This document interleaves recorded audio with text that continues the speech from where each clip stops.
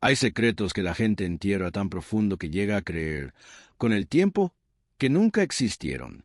Y hay mujeres que pasan años construyendo una vida sobre esos secretos sin saberlo, regando flores sobre tierra envenenada, convencidas de que todo está bien porque todo se ve bonito por fuera. Fernanda Solís fue una de esas mujeres. Y lo que descubrió un miércoles de octubre, mientras buscaba un recibo de luz en el cajón del escritorio de su esposo, fue suficiente para derrumbar 16 años de matrimonio, 2 casas, 3 ciudades, y la versión de sí misma que más quería. Pero para entender lo que pasó ese miércoles, hay que ir mucho más atrás. Hay que ir al principio, al lugar donde empiezan todas las historias que después duelen. Fernanda creció en Querétaro, en una familia de 4 hermanos donde ella era la del medio, la que nadie ve del todo pero que todo lo ve. Su papá era contador y su mamá maestra de primaria, y aunque no eran ricos, tampoco les faltaba nada importante. Crecieron en una casa con patio, con perros, con el olor a frijoles de olla los domingos y la televisión prendida hasta tarde los viernes. Una infancia normal, de las que uno no valora hasta que ya pasó.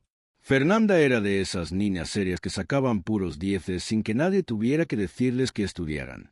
No porque le cayera bien la escuela, sino porque desde muy chica entendió que la única forma de llegar a donde quería llegar era con ella misma empujando.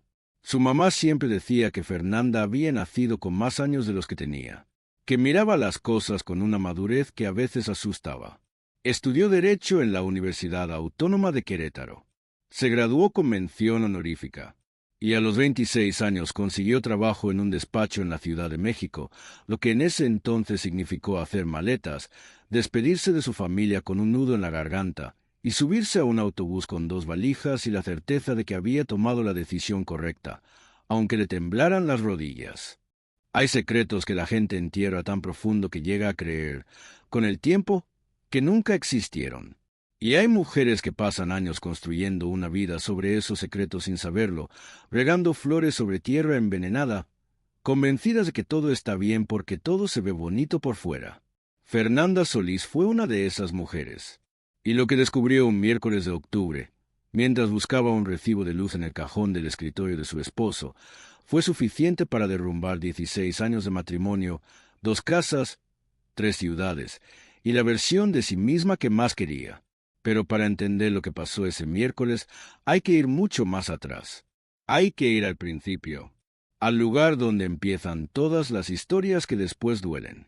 Fernanda creció en Querétaro, en una familia de 4 hermanos donde ella era la del medio, la que nadie ve del todo pero que todo lo ve.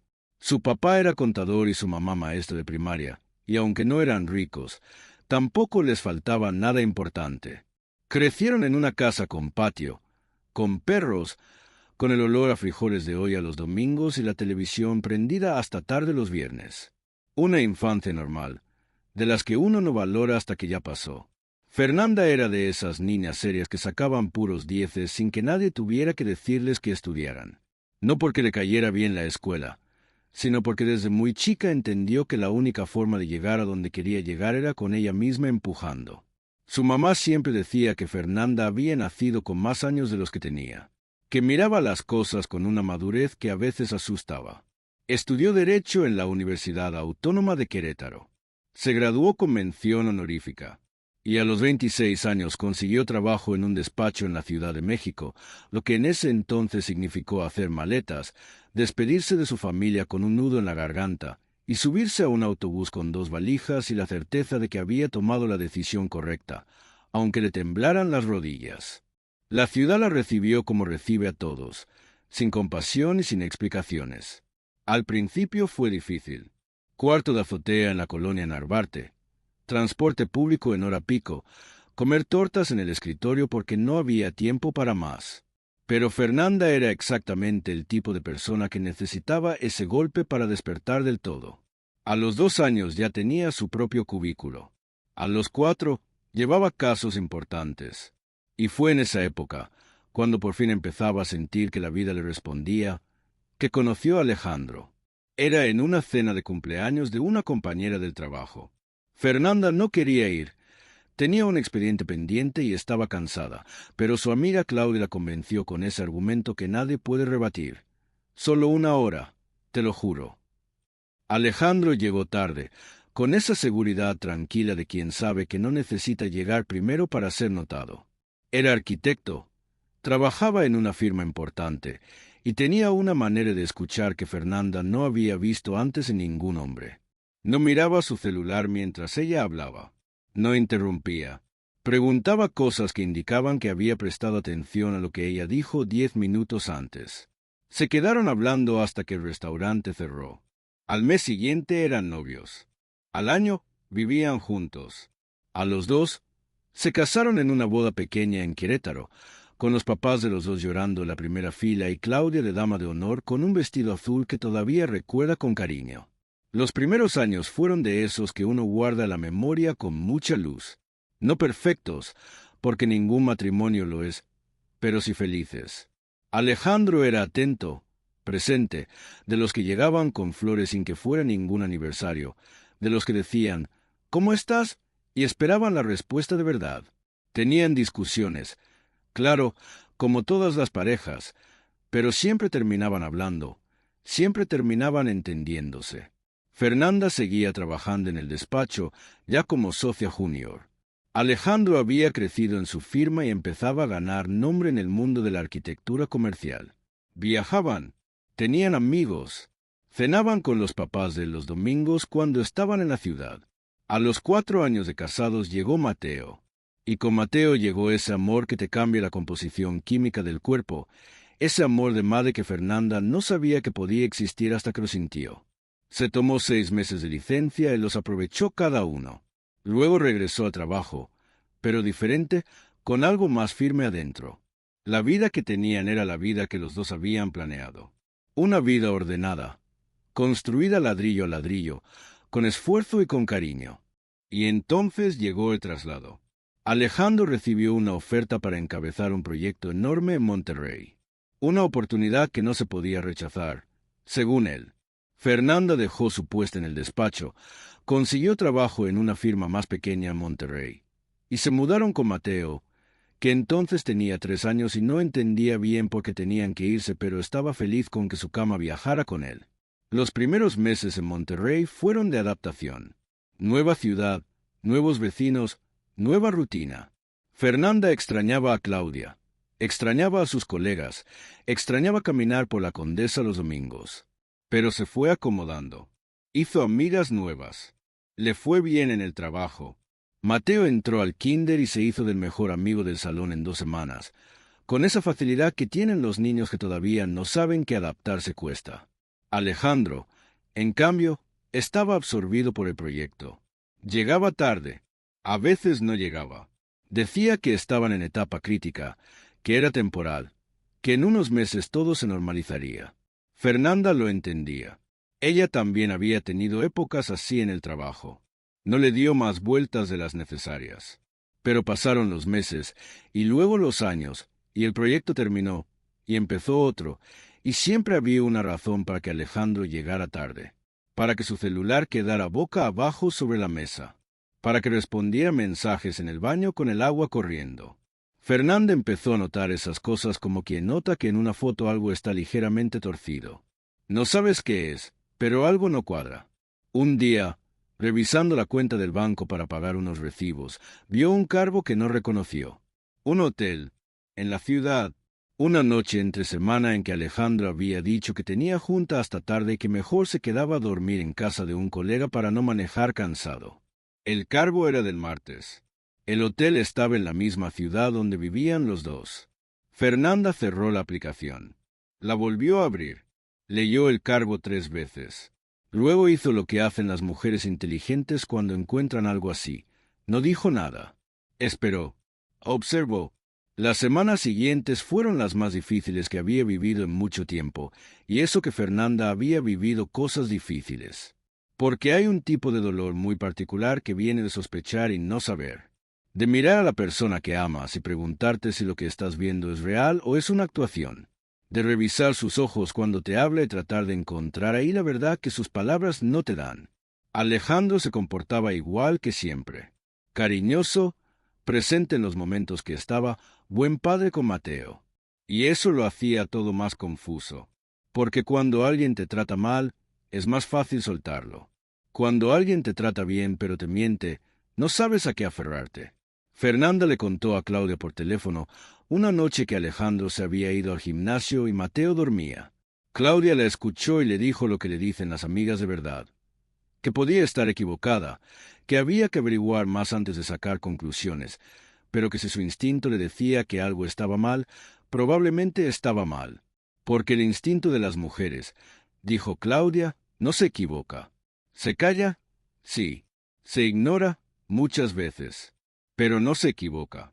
Así que Fernanda empezó a juntar piezas. Revisó estados de cuenta más viejos.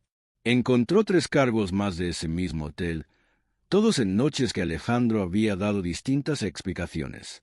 Revisó su correo del trabajo, al que tenía acceso porque alguna vez le había pedido que revisara un mensaje cuando estaba ocupado y nunca había cambiado la contraseña. No encontró nada comprometedor ahí, pero sí encontró algo extraño, una cadena de correos borrados que solo pudo ver porque revisó la papelera. Correos de una dirección que no reconocía. Y aunque el contenido de los mensajes ya no estaba, los encabezados sí, los títulos. Y en uno de ellos, Fernanda leyó algo que le congeló la sangre. Lo de los niños. Los niños. ¿Qué niños? Mateo era hijo único. Fernanda no durmió esa noche, ni la siguiente. El miércoles de octubre llegó 10 días después de ese descubrimiento. Alejandro había salido temprano, Mateo estaba en la escuela, y Fernanda estaba buscando un recibo de luz que necesitaba para un trámite. Fue al escritorio del estudio, abrió el cajón de abajo, el que Alejandro usaba para guardar documentos, y debajo de una carpeta de planos encontró una tarjeta de presentación. Pequeña, blanca, con letras negras. No era de ningún colega ni de ningún proveedor. Era de un despacho de abogados, especializado en derecho familiar. Y en la parte de atrás, escrita a mano con tinta azul, había una fecha y 2 palabras. Segunda audiencia. Fernanda se quedó parada en el estudio durante no sabe cuánto tiempo. El mundo había dejado de moverse. El tiempo había dejado de avanzar.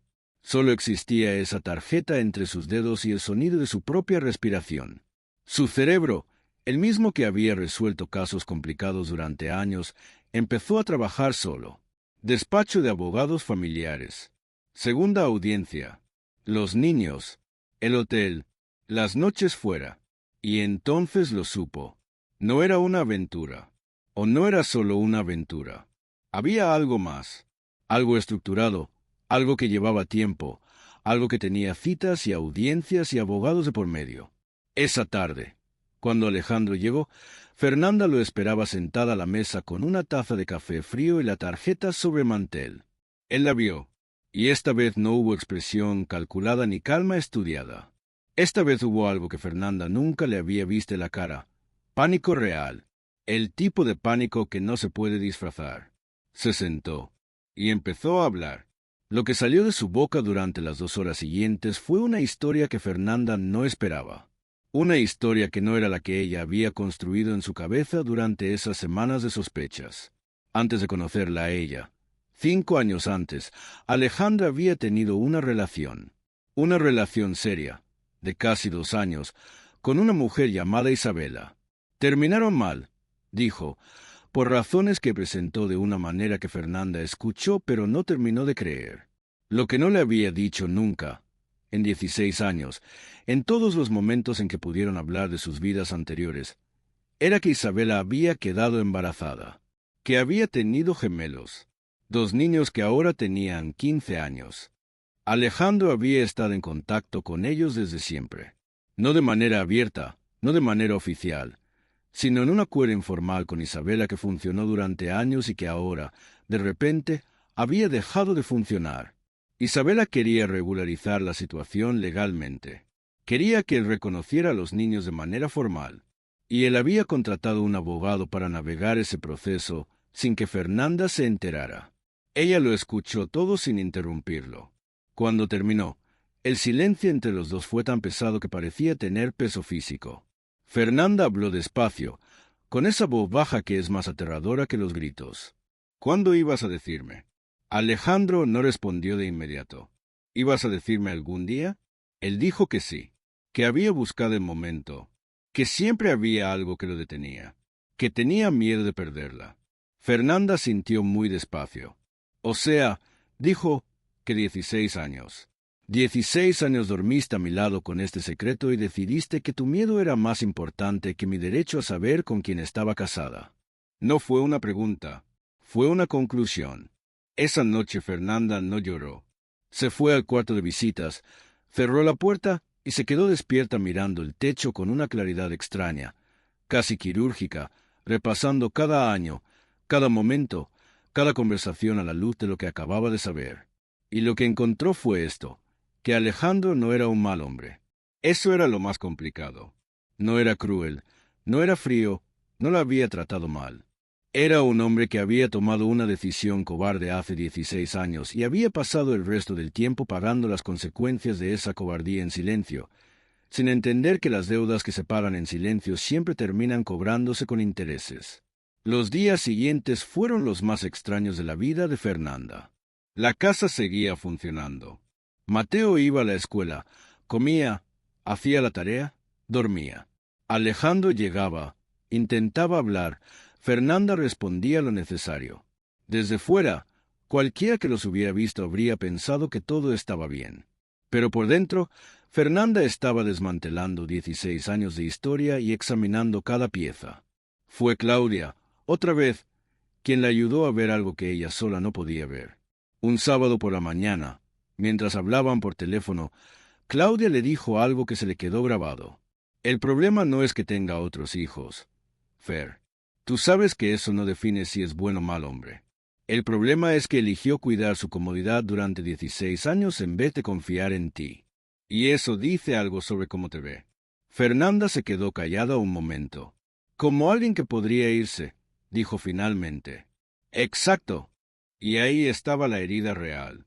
No en los gemelos, no en Isabela, no en los hoteles que al final resultaron ser reuniones con su abogado que no sabía cómo explicar sin revelar todo. La herida real estaba en que Alejandro, durante 16 años, la había considerado lo suficientemente frágil, lo suficientemente peligrosa, lo suficientemente prescindible como para no confiarle la verdad. Fernanda pidió tiempo. Alejandro se fue a un departamento rentado mientras ella pensaba. Y en ese tiempo sola, Fernanda hizo algo que nadie esperaba. Buscó a Isabela. No para confrontarla, no para reclamarle nada, sino porque, como abogada, sabía que las historias siempre tienen más de dos lados, y ella quería el tercero. Isabela vivía en Guadalajara. Eran mujeres muy distintas. Isabela era más expresiva, más cálida a primera vista, de esas personas que en 5 minutos ya te están contando su vida. Pero lo que le contó a Fernanda en esa llamada telefónica, que duró casi 3 horas, no fue lo que Fernanda esperaba. Isabela no era la enemiga. Isabela era otra mujer que también había vivido con medias verdades.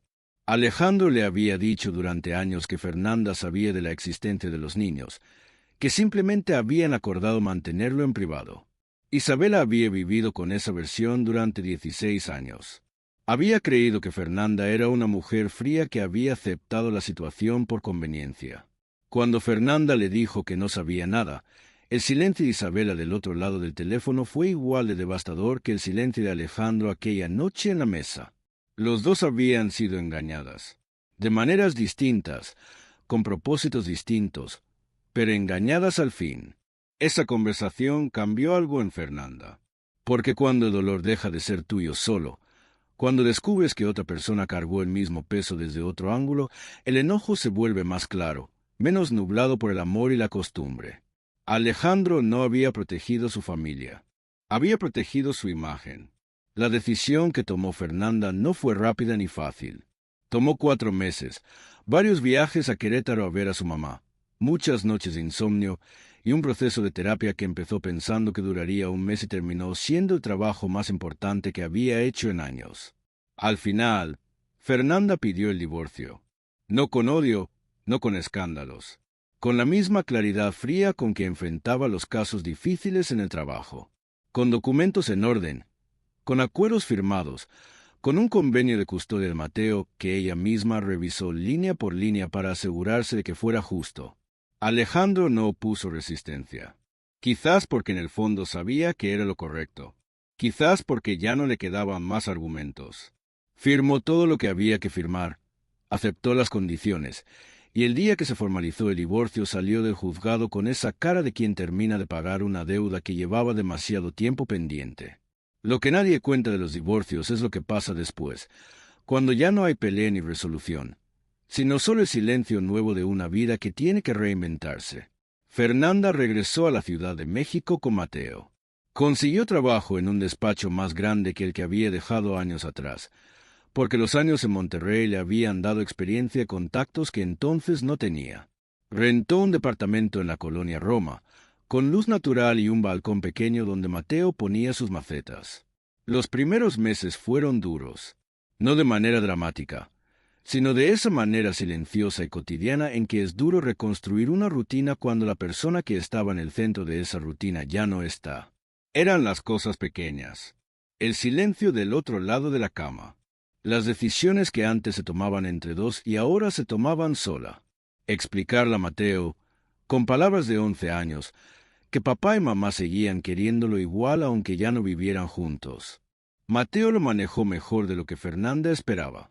Los niños a veces son más resilientes que los adultos, quizás porque todavía no saben que se supone que ciertas cosas deben doler de cierta manera. Algo que Fernanda no anticipó fue lo que pasó con los gemelos de Alejandro. Se llamaban Sebastián y Lucas.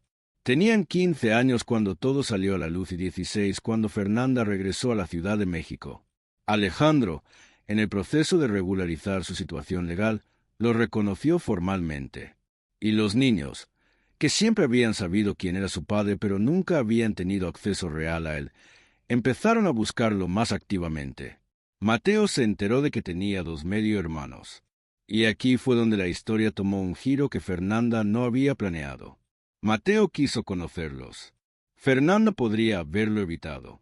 Tenía toda la razón del mundo para poner distancia, para decirle a su hijo que era complicado, que mejor esperaran.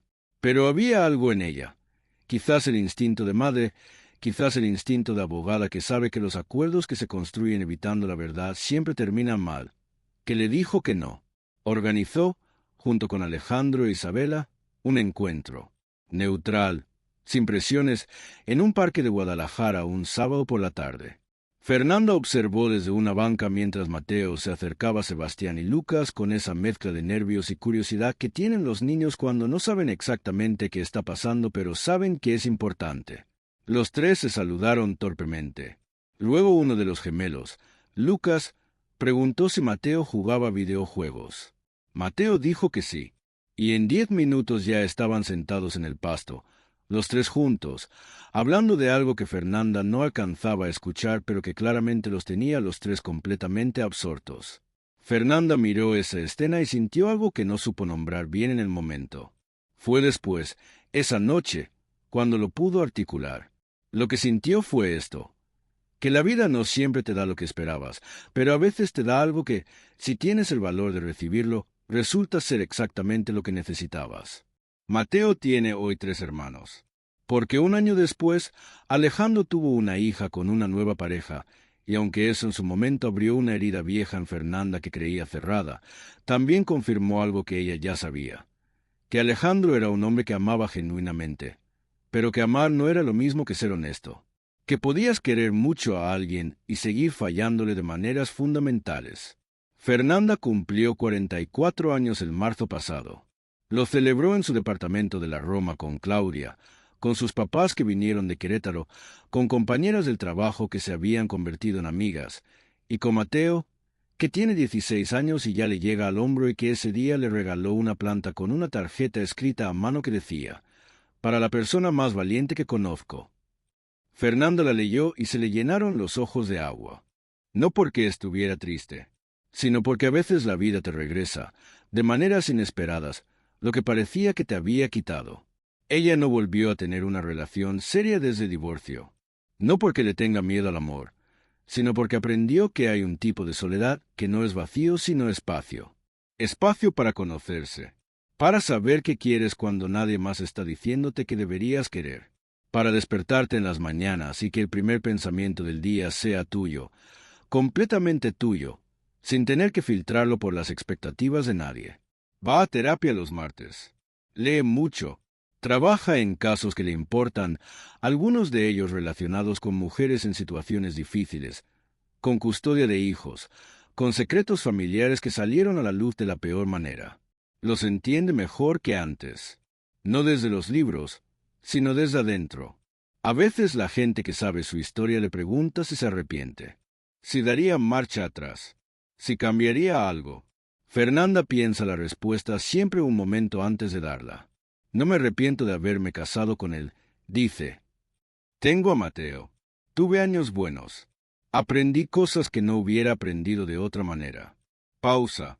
Pero si pudiera decirle algo a la Fernanda de 29 años que se enamoró de un hombre en una cena de cumpleaños, le diría esto, que el amor no es suficiente, que el amor sin honestidad es solo una historia que alguien inventó para no quedarse solo, que la persona que te ama de verdad no te protege de la verdad, te la da, aunque le duela, aunque le cueste, aunque sea el momento más difícil que haya tenido que vivir, porque confiar en ti es la forma más real de amarte.